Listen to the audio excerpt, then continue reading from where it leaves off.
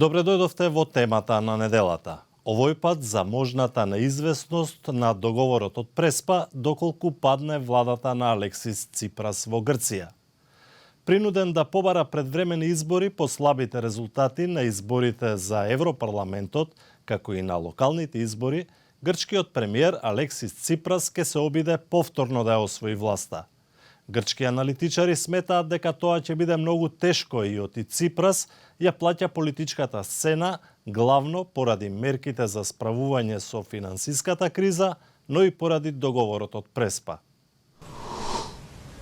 Грција се соочи со предвремени општи избори откако владата на премиерот Алексис Ципрас и неговата левичарска партија Сириза доживеа тежок пораз на локалните и на изборите за Европскиот парламент. За останувањето зад опозицијската нова демократија за околу 9,5% го натера Ципрас да реши да не го истера целосниот мандат што му истекува во октомври. Ципрас најави предвремени парламентарни избори по 2 јуни, односно по вториот круг од локалните избори. Αμέσως μετά τον δεύτερο γύρο των αυτοδιοικητικών εκλογών θα ζητήσω από τον Πρόεδρο της Δημοκρατίας την άμεση προκήρυξη εθνικών εκλογών για να είναι τελικά ο ελληνικός λαός αυτός και μόνο αυτός που θα πάρει την οριστική απόφαση. Лидерот на опозицијската нова демократија Константин Мицотакис исто така оцени дека предвремените избори се единственото можно решение. Ο Πρωθυπουργός οφείλει να αναλάβει τις ευθύνες του. Για το καλό του τόπου πρέπει να παραιτηθεί και η χώρα να οδηγηθεί σε εθνικές εκλογές το συντομότερο δυνατόν. Και αυτή είναι τελικά η μόνη καθαρή λύση. Ципрас пак говорејќи пред неговите сопартици рече дека е најважно Сириза брзо да стане од последниот удар. Χάσαμε μια μάχη, αλλά έχουμε μπροστά μας τον κρίσιμο πόλεμο.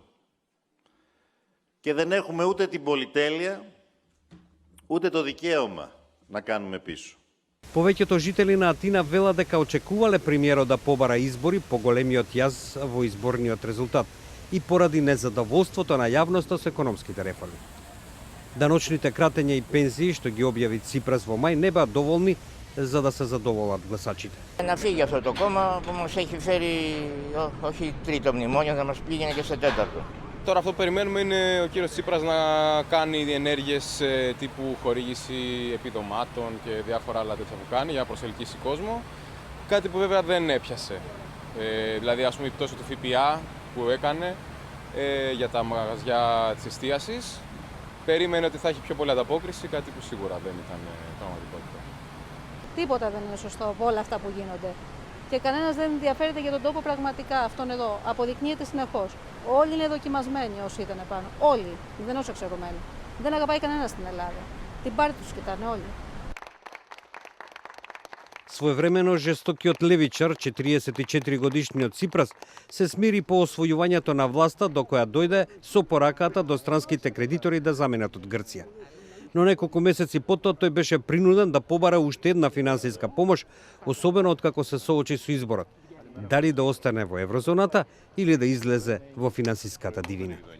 Во август 2015 година тој поднесе оставка и тоа само една година откако стана премиер, бидејќи беше присилен да прифати уште една финансиска помош.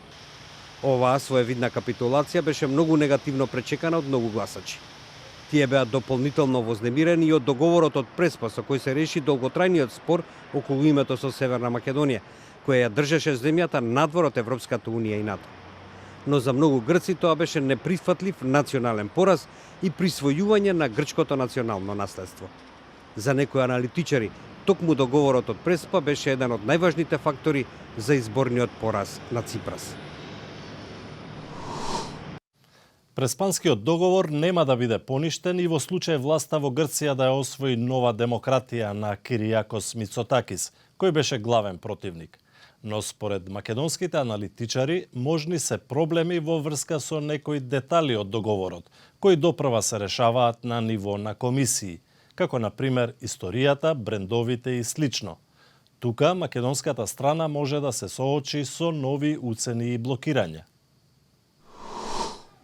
Евентуалната промена на власта во Грција нема радикално да влијае врз преспанскиот договор за името меѓу Македонија и Грција, но можно е да има одредено заладување во преговорите за историјата и за трговските ознаки, каде што Македонија ќе биде принудена на одстапки. Во пресрет на најавените предвремени парламентарни избори, според анкетите, води опозицијската Нова демократија на Киријакос Мицотакис, кој смета дека преспанскиот договор е штетен за грчките интереси, иако вели дека е правно обврзувачки. Тој најави дека ќе направи се за да ги ублажи негативните последици од договорот. Мицотакис неодамна изјави дека ќе го заштити брендот Македонија и грчките компании. Пред околу 2 недели се одржа првиот состанок на Комисијата за трговски ознаки и трговските имиња, која треба да ги договори условите за користење на термините Македонија и македонски од приватните фирми. Во меѓувреме работи и Комисијата за образовни и историски прашања меѓу двете земји.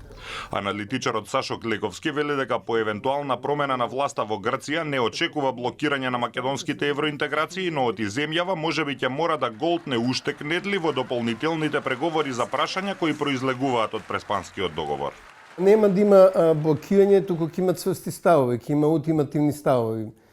Како што може би се случува сега во Комисијата за историја со Бугарија, каде што Комисијата од бугарска страна ја води еден од порадикалните бугари во однос на македонското прашање, бившиот амбасадор во Скопје и историчар.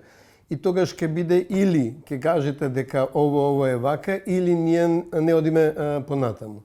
И тогаш ќе биде оставено на нас да си донесеме собствено одлука, дали сакаме да го отнеме уште некоја кнедова или да застанеме таму. Клековски посочува дека за неколку години ситуацијата можеби ќе се релаксира, а до тогаш Македонија веќе ќе биде во НАТО, па можеби ќе може да го користи и тоа како некаква предност за омекнување на тврдите грчки ставови. Тоа беше се во оваа емисија во која се осврнавме на можните последици врз македонско-грчките односи доколку во Грција дојде до промена на власта. Нашите содржини можете да ги следите и на социјалните мрежи како и на YouTube. До гледање.